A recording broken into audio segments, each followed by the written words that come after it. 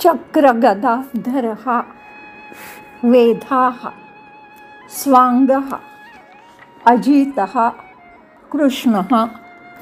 546 चक्रगदाधरः मनस्तत्वात्मकं.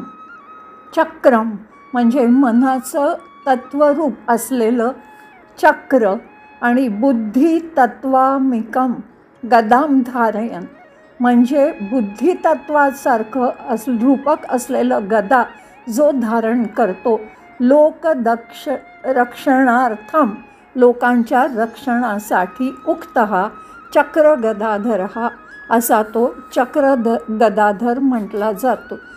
सुदर्शन चक्र जे मनाचं प्रतीक म्हटलं जातं आणि कौमोदकी गदा जी बुद्धीचं प्रतिनिधित्व करते असं जो धारण करतो. कशासाठी तर दुष्टांचा नाश करून सज्जन लोकांचं रक्षण करण्यासाठी तो चक्र गदाधरः. ओम चक्र गदाधराय नमः.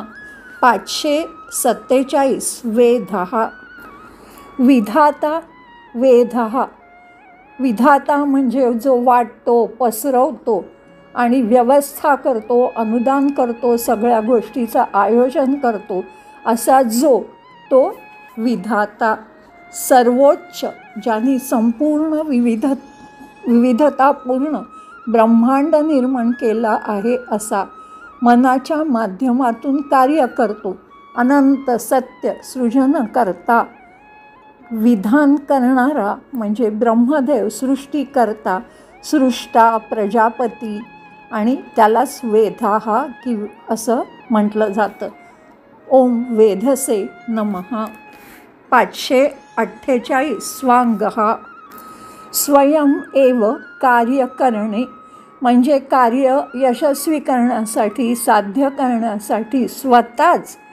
अंगम सहकारी इति स्वतःचा सहकारी असतो किंवा स्वतःची सगळं कार्य करण्यासाठी जो मदत करतो तो स्वांगः किंवा सुअंगः चांगले शरीर असणारा. स्ववाद्य म्हणजे सर्व निर्मितीचं कार्य कारण सर्व काही तोच आहे असा महिमा ज्याचा आहे तो स्वांगः. ओम स्वांगाय नमः. 549 अजितः न केन अपि कोणीही अवतारेषु जितः त्यांनी अनेक अवतार धारण केले आणि त्या कोणत्याही अवतारात कोणीही त्याला हरवू शकलं नाही असा तो अजेय जो कधीही कोणाकडूनही जिंकला गेला नाही असा जो तो अजितः.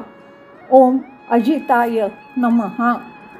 550 कृष्णः कृष्णद्वैपायनम इति कृष्णः व्यासं विद्धी नारायणं प्रभू.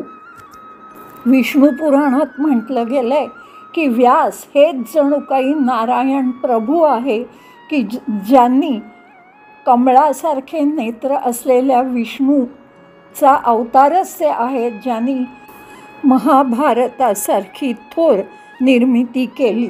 ते व्यास म्हणजेच कृष्ण असं म्हटलं जातं. कृष्ण म्हणजे कृष्ण रंगाचा किंवा सावळा अंधार असाही त्याचा अर्थ होतो की ज्या चेतनेमुळे आपण कार्यशील असतो ती जणू काही अंधारात असते किंवा ती आपण जाणत नाही.